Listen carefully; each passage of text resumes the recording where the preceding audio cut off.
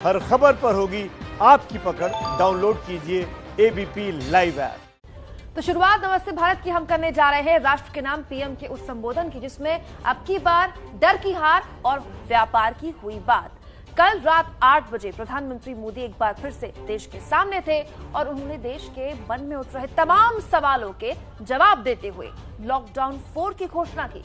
प्रधानमंत्री के संबोधन पर सभी की निगाहें टिकी थी क्योंकि अचानक से ऐलान हुआ ट्विटर के जरिए कि प्रधानमंत्री रात को 8 बजे कुछ कहने वाले हैं। प्रधानमंत्री ने 20 लाख करोड़ के आर्थिक पैकेज का ऐलान भी किया। और देखिए, प्रधानमंत्री के संबोधन ने देश के साथ संवाद में बताया कि लॉकडाउन 4 कैसा होगा, 20 लाख करोड़ रुपए से किसकी मदद की जाएगी। देखिए रिपोर्ट।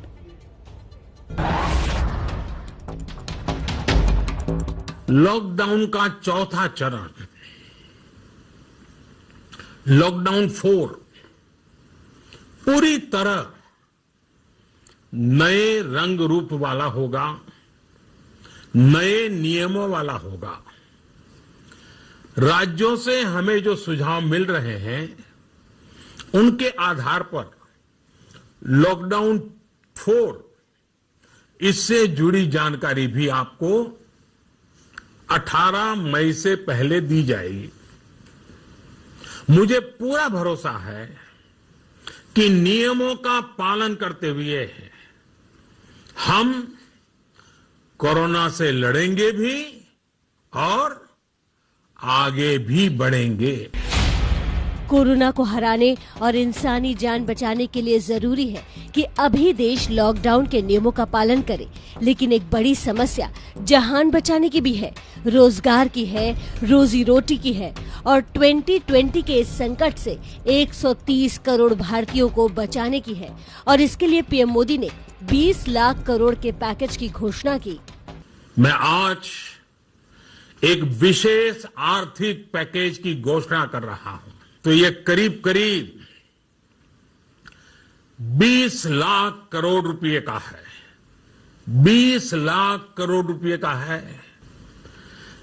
20 लाख करोड़ रुपए का एक पैकेज 2020 में देश की विकास यात्रा को 20 लाख 2020 में। प्रधानमंत्री से ही सुनिए 20 लाख करोड़ से किसकी मदद की जाएगी। इस पैकेज में लैंड, लेबर, लिक्विडिटी और लॉज सभी पर बल दिया गया है। ये आर्थिक पैकेज हमारे कुटीर उद्योग, गृह उद्योग, हमारे लघु मंझोले उद्योग, हमारे एमएसएमई के लिए हैं, जो करोड़ों लोगों की आजीविका का साधन है। अब इस आर्थिक पैकेज से जुड़ी खास बातें जान लीजिए। भारत में जीडीपी का 10% है ये पैकेज। ये मदद साल 2020-21 के बजट का करीब 67% है। कोरोना काल में अब तक ऐलान हुए पैकेज इसमें शामिल होंगे। मार्च में वित्त मंत्री ने 1,70,000 करोड़ के पैकेज का ऐलान किया था। अप्रैल में रिजर्व बैंक ने 1 लाख करोड़ के पैकेज का ऐलान किया था।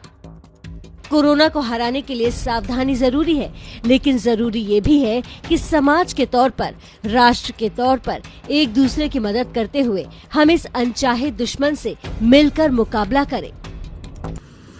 थकना, हारना, टूटना, बिखरना मानव को मंजूर नहीं है। अब हमें बचना भी है और आगे बढ़ना भी है। हमारा संकल्प इस संकट से भी विराट होगा।